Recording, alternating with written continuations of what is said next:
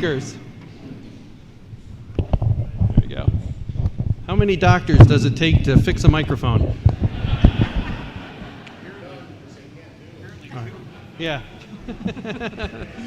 Two, yeah. Apparently Any one and a number half. Greater than one. There we go. Thank you, Reverend. He is so handy. He is so handy. He literally built this church with his own two hands. Oh, yeah, maybe not. All right. Well, I'm going to take the liberty as the MC to ask the first question. COVID, go. No, okay, no, that's not it. I've asked in prior years, and I think this question pertains more now than ever. How is it that you combat an ideology of hate without becoming hateful yourself? Whomever wants to take that one. Yeah, sure. I think it's all about making sure that you know why you're fighting. I talk about that all the time. People need to identify what is the reason that they're fighting. And yes, it is an ideology that is rooted in hate, but you know, the reasons that I fight, I'm always inspired by things. I'm moved because of love, I guess is the best way to say it. And many people I know in this room and all across the world know the story of my grandfather. And I'm motivated by hope, and I'm motivated by love, and I'm motivated by a belief that we actually can fix things. So I think you do see people, particularly in politics, that get boggled down. They very easily become what they hate, and it's usually because they've lost sight of why it is that they're fighting. And it has to be a constant reminder. It can't be something that, in the beginning, I started fighting because of this, and now I've ended somewhere else. You have to plug out and plug into the things that matter and remember the reasons that you got started in the first place. That means spending more time with your family, spending more time in meditation, spending more time in prayer, and turning your phone off. We are meant to rest. The Bible talks about rest. It talks about the Sabbath. There's a meaning for that. There's wisdom in that. So faith, hope, and love. I think I've heard that someplace. Hi. Okay, I have a question for the board. How did you break into public speaking, and what would you advise for somebody who's just starting into public speaking? I mean, the only reason that, well, first I was trained as a public speaker by Planned Parenthood. So thanks to Planned Parenthood for that. They're actually great media trainers. Secondly, the only reason that I even have a platform today is because of Planned Parenthood, because they sued me, because they took me to court. But I mean, I would say that I guess I have a different story because I sort of was shot into the media because of that lawsuit, and so I guess I sort of have a different story. But you know, I think it's sort of hit or miss. I mean, the media just sort of picks up on things sort of just as they do. But I think that I tell people all the time, many people have a story. Many people in here have a story. And I think that all of our stories are important to share with someone. And I think especially surrounding abortion, there are so many people. The pro-life movement is made up of converts. And so many of us have stories to share about whether, we were people who laid on that table and had abortions, or we drove someone to the clinic and paid for an abortion, or whatever it was. And as long as we keep those stories in, Satan controls them. And so I think sharing our stories, sharing our experience is a very important part of the human condition and who we are. And so I think sharing, starting small is important, and sharing with your local community is important. Sharing with your family, sharing with your local church is a great way to start. Not everybody is going to have, what we have up here. And let me tell you something, you don't want it necessarily. But it's certainly a calling, and I would just say, follow that calling, and God will continue to open doors as He sees fit. I didn't seek it out. It sought me out, unfortunately. I've told this story before about that scenario in front of the Supreme Court building where, I was more or less accosted just because of what I was wearing. And I knew at that moment that I'd better get in the game. And I knew by virtue of the call as a pastor that I already had a box, in a sense, to stand on. And I already had, by God's grace, His Word of God, which is the truth. So in one sense, there was no fear going into it. But at the same time, there has to be a recognition that it's not something that I think as a pastor, I'm speaking maybe from a pastoral perspective, we're not looking for it. It can't be a self-promotion kind of thing. It's something that will find you, and God will provide for you, as He promises, those opportunities to be who it is that you are as His called servant, to speak faithfully. It just so happens that by doing that, God has seen fit to, at least for this congregation, to bring to us folks who are in alignment with this, who want to move the ball down the field, who want to do these things.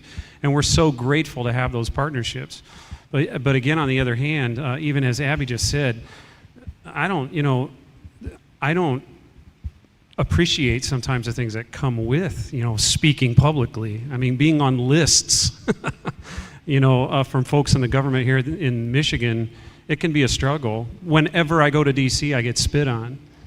I mean, that's the way, that also is part of it too. So in the end, faithfulness, humility, keeping your eyes on the fact that Christ is your identity, as has been said by others here on the stage, and know that God's going to use you where He needs you in these arenas. Just be ready to speak and be faithful. Thanks, God bless. John Smith from Hillsdale County Republican Party. I'm also with auditmi.org,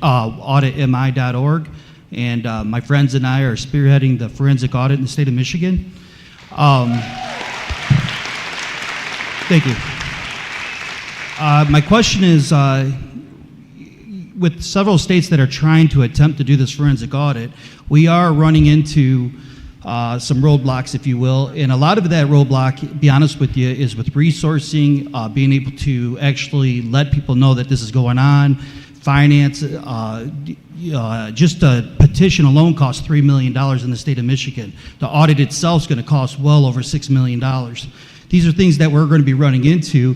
Is there a way for people that are doing these type of things to not necessarily ask for money directly? We're looking for teaching a man to fish, if you will, because a lot of us on the team don't have the experience of marketing or different things of that nature. We need to share these type of resources if possible, and I was wondering if that's something that we could do here.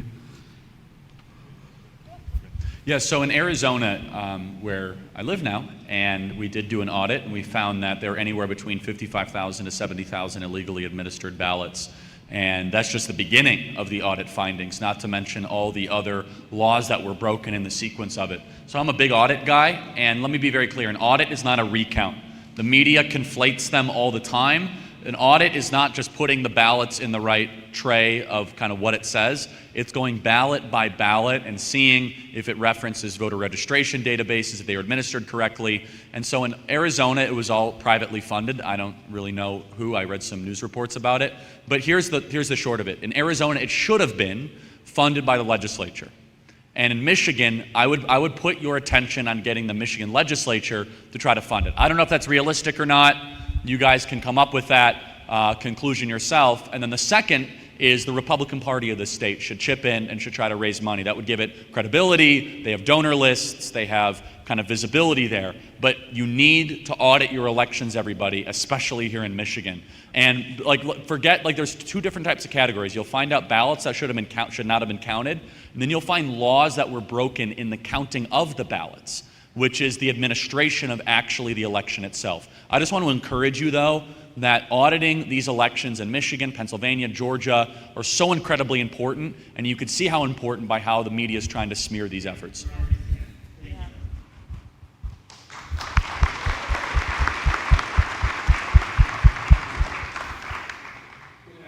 I have a two-part question about our public school system.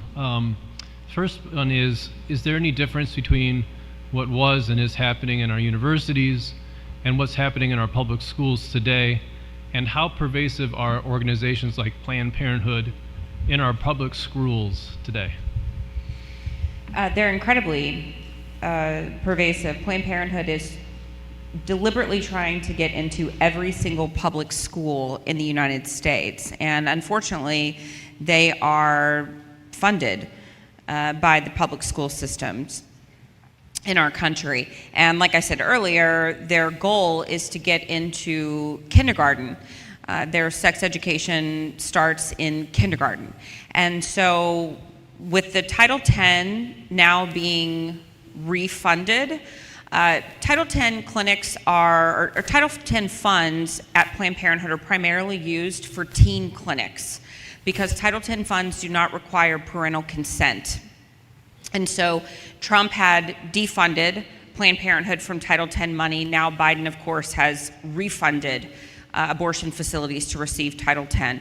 So what Planned Parenthood uses that money for is for primarily teen clinics. So what does that mean? That means that now Planned Parenthood can go into a public school system, they can open up a clinic inside of a public junior high and a public high school.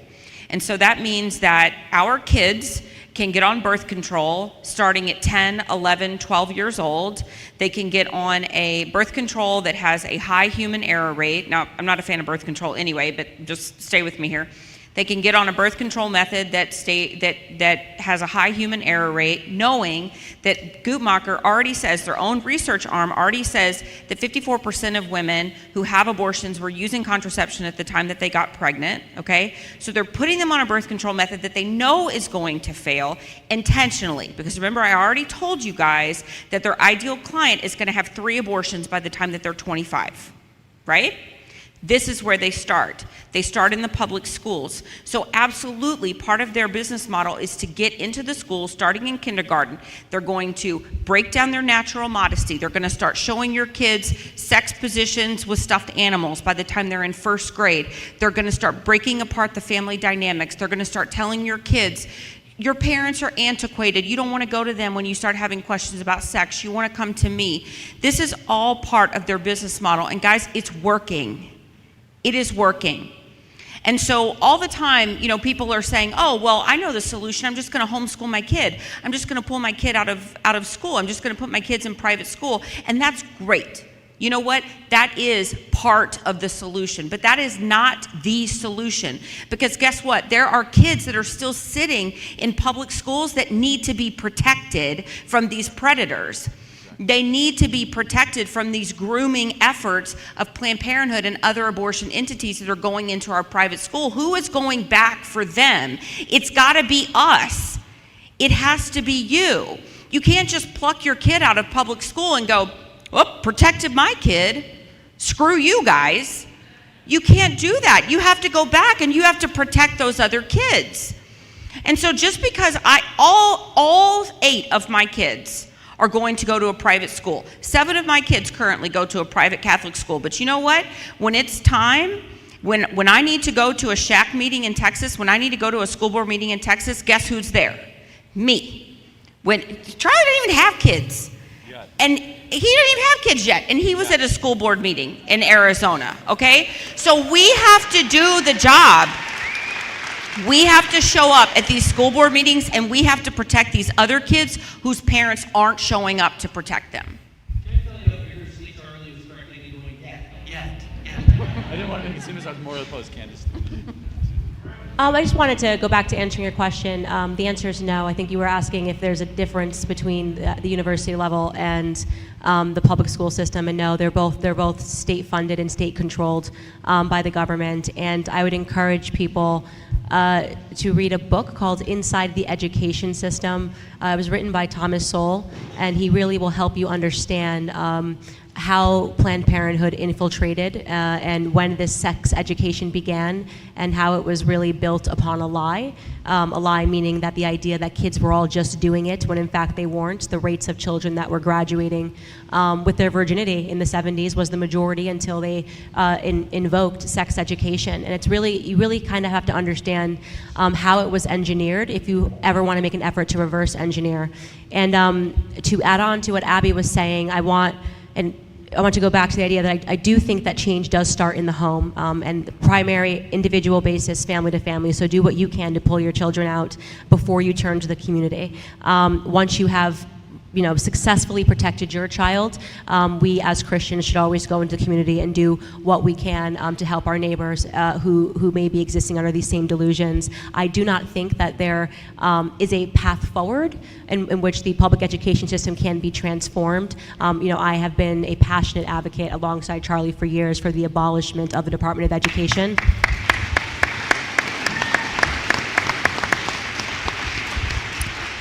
I've been looking in Tennessee at micro schools, which is something that people should be familiar with, and really going back to the beginning, which began with homeschools on a parent-to-parent basis. Again, the individuals linking up with the neighborhoods and the community, establishing networks that work to raise up children the right way. Great. Good. I just want to add a positive note. The homeschooling population has doubled in the last 18 months in this country.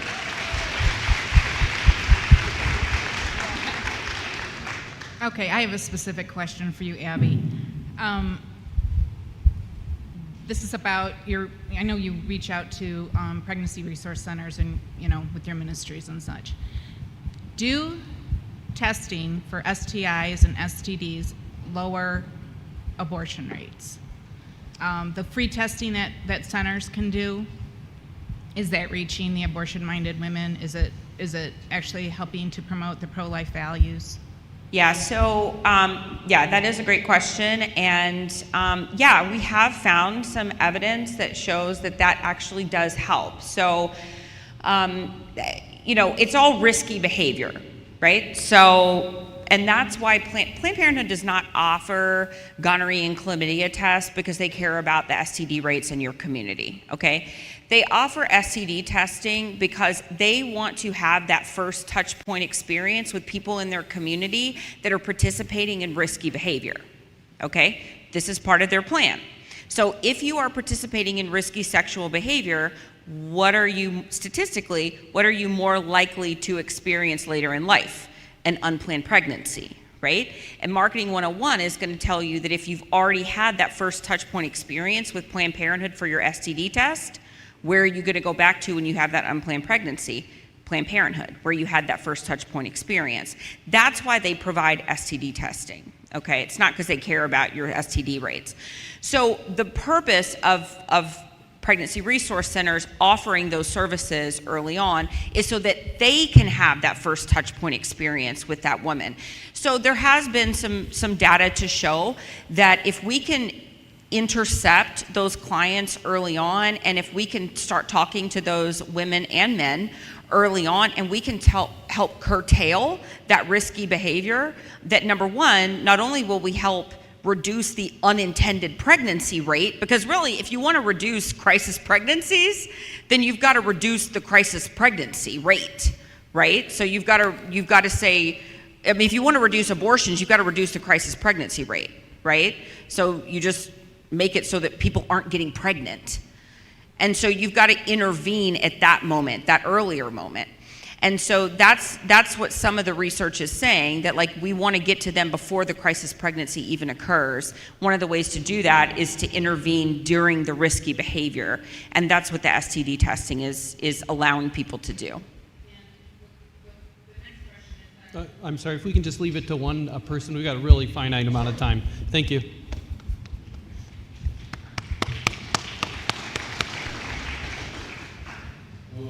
I wanted to speak to all of you about what I've seen in the latest legislative session in Texas. So we had about 8 or 9 abortion-related bills, and all of them made it through except for one, House Bill 3326 by Brian Slayton. So I met with Mr. Slayton personally, and for some reason his bill never passed committee, because his bill would actually abolish abortion. So what I wanted to bring to your attention is there's a game going on with the pro-life movement. So they're pushing bills that regulate abortion but never end it. House Bill 3326 would have actually ended it. And Stephanie Click, the committee chairwoman, we spoke to her staff. They supposedly didn't have time for it, or they were busy with the other bills. So I think you guys, with the platform, the followers you have, can maybe address the game that's going on. These pro-life organizations are really just in it for the money, in my opinion. So there's a group of abolitionists, Abolish Abortion in Texas, Free the States in Oklahoma. So I think this needs to be brought to the attention. Me, one person, I can tell everybody, but you guys can maybe, especially Abby, you're in Texas just like I am. I don't know if you supported that bill or if somehow you'd be willing to meet with Mr. Slayton.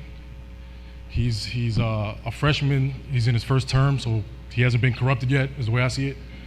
So just want to see if somehow you guys can help out and get this thing done, because all we're doing is regulating it right now. Well, I think we're probably going to have to look into specifically what you're talking about. So thank you for the information, because I think we'd all have to just actually look into exactly what you're talking about. That was very specific information. Yeah, it's the Abolition of Abortion and Equal Protection for the Unborn Act. Okay, thank you very much. And it died in committee, so it's just bring it to everybody's attention. Thank you. You're welcome. Hi, thanks for coming. I have a question.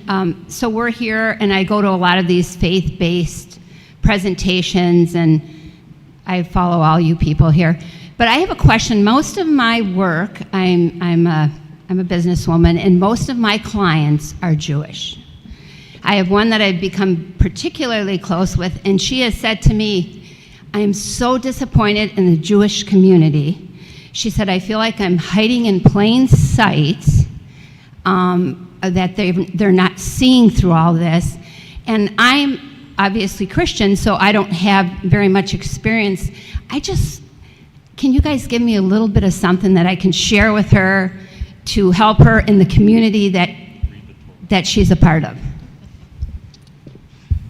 I was thinking it was going to be Charlie, though. I was joking. I said, tell her to read the Torah. I mean, look, it's very simple. The more religious the Jew is, the more conservative they are. The less religious the Jew is, the more liberal they are. And it's not, you don't have to overcomplicate it. Dennis Prager has the greatest commentary on this, I think, of anyone. And yes, it's incredibly frustrating for people that are supposed to be believers in the law, then are, as the Torah as an ultimate value, kind of like the Jewish big three values are God, Torah, Israel, and they have a party, or they support a party overwhelmingly that doesn't read the Torah, hates Israel, and doesn't believe in God. It's incredibly frustrating, so I agree with you.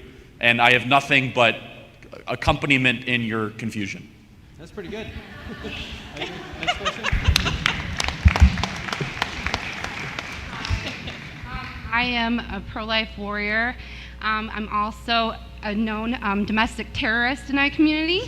I did pull my kids from school, and I'm homeschooling them. And Abby, you just took the words out of my mouth, and you said that, and I've been trying to say to my Christian friends that even if you pull your kids from school and even if you put them in the private schools, I equate it to the same thing as defending all those lives at the abortion clinic, that us parents still need to go to the school board meetings and defend those children that are helpless, to stand up for them. But my question to you, Abby, is with being a pro-life warrior and going to the abortion clinics and going to Planned Parenthood, we're able to stop them from getting the abortion pill there, and we're able to do sidewalk counseling there. But I'm concerned with what you just shared today, because I was unaware of that they were able to do these appointments online and to be able to get these medications from the other countries.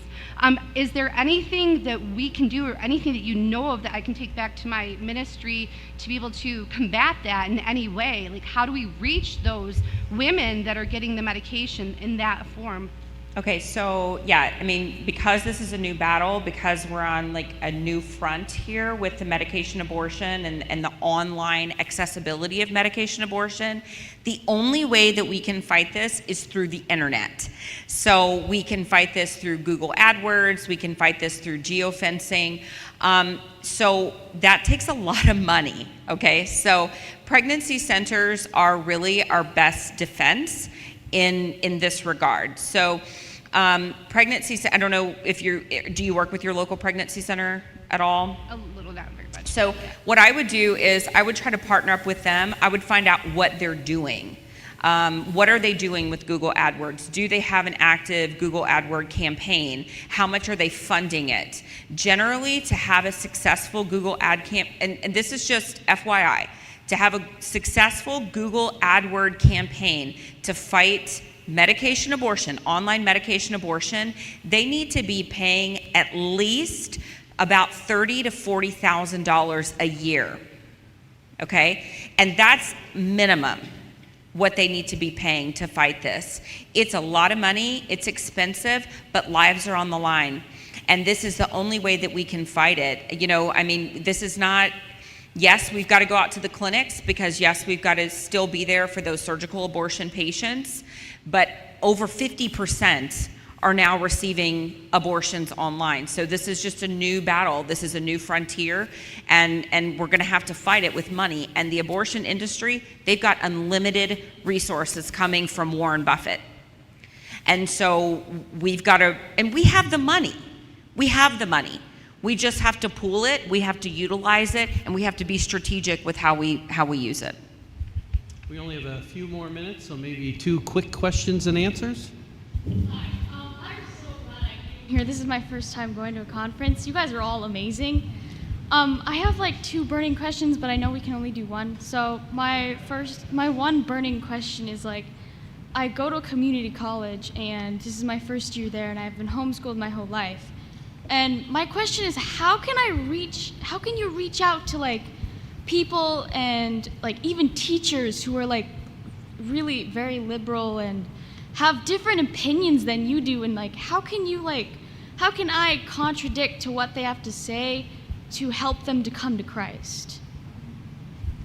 You know, I think this goes in line with the question that I was answering earlier. I was talking about how leading by example and standing firm in your truth and standing firm in truth and in righteousness is sometimes enough. And I think one of the things that we sometimes get wrong is expecting immediate results.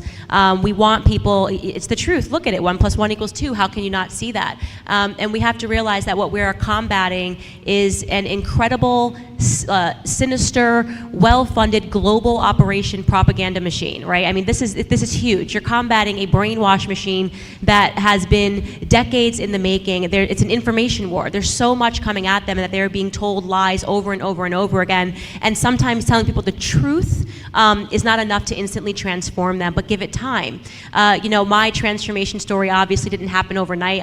I believed the lies because I was a part of the education system. It starts so early from the second that you step into the public school system. Fortunately for you, you didn't step into the public school system. So they've had 18 years of being told the lie, and telling them the truth is not necessarily going to be immediate. But I think standing firm in the truth and leading by example, as I said earlier, and showing people that the ways that they're invested in are not actually bringing them happiness, planting seeds sometimes is enough. And so I think I've sort of reset my expectations, and I think when I'm in every room, every contradictory room rather, every contrarian room, how many seeds can I plant today? Right? You may be planting a lot of seeds. Don't get discouraged by the fact that you're not seeing the full plant that's supposed to sprout out. You're welcome. Ladies and gentlemen, I am sorry to say this is the part of the evening where everybody gets to hate the MC because I get to give the bad news that our time has come to an end. Can we have one more great big round of applause for all of our great speakers?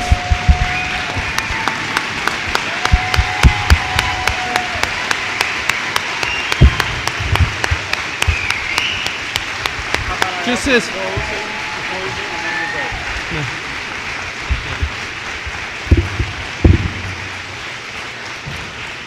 as a quick reminder, please fill out your surveys, leave them on the table. All VIP ticket holders, please exit through the South Gym doors. And Reverend, would you be willing to close us in prayer? Yeah, we'll bow our heads and we'll close with the benediction. The grace of our Lord Jesus Christ, the love of God, the communion of the Holy Spirit be with us always. Amen. Thank you, everyone.